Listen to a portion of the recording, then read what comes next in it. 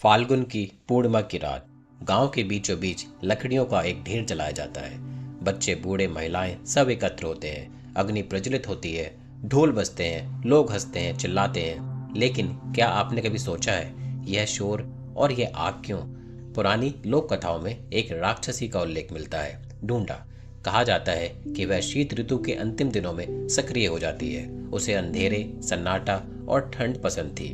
वह विशेष रूप से बच्चों को डराती है, उन्हें बीमार करती है, रात में रुलाती है। गांव में भय का वातावरण फैल गया। लोग साधु संतों के पास गए और उपाय पूछा। तब उन्होंने बताया कि ढूंढा को कोई अस्त्र शस्त्र नहीं मार सकता। उसे भगाने का एक ही उपाय है, सामूहिक उत्साह, हंसी और अग्नि। फाल्गुन की पूर्णिमा की रात तय की गई। गांव वालों ने सूखी लकड़ियां इकट्ठी की, बीच चौपाल में अग्निकुंड बनाया। जैसे ही आग जली, सबने मिलकर शोर मचाया। ढोल नगाड़े बजे, लोग हंसे, गाए, नाचे। बच्चों को अपने साथ रखा गया ताकि वे भयमुक्त रहें। कहा जाता है कि उस अग्नि की गर्मी और उस सामूहिक उल्लास को ढूंढा सहन नहीं कर सकी। वह गांव छोड़कर भाग गई। उस दिन के बाद से गांव में शांति लौट आई। बच्चे सुरक्षित हो गए।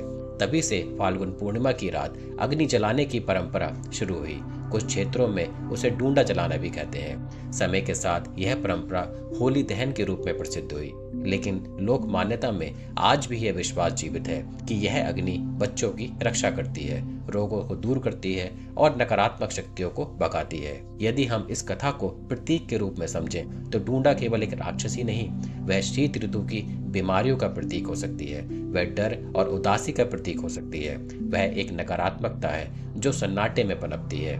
और अगर हम अग्नि की बात करें तो अग्नि है शुद्धिकरण, अग्नि है ऊर्जा, अग्नि है साहस।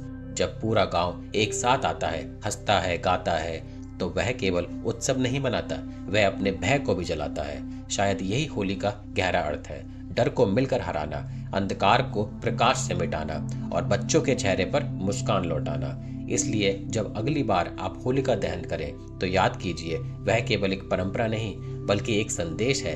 एकता में शक्ति है, उल्लास में रक्षा है और अग्नि में शुद्धि है। यही है ढूंढा राक्षसी की कथा और यही है होली का एक प्राचीन लोक भावनाओं से जुड़ा अर्थ।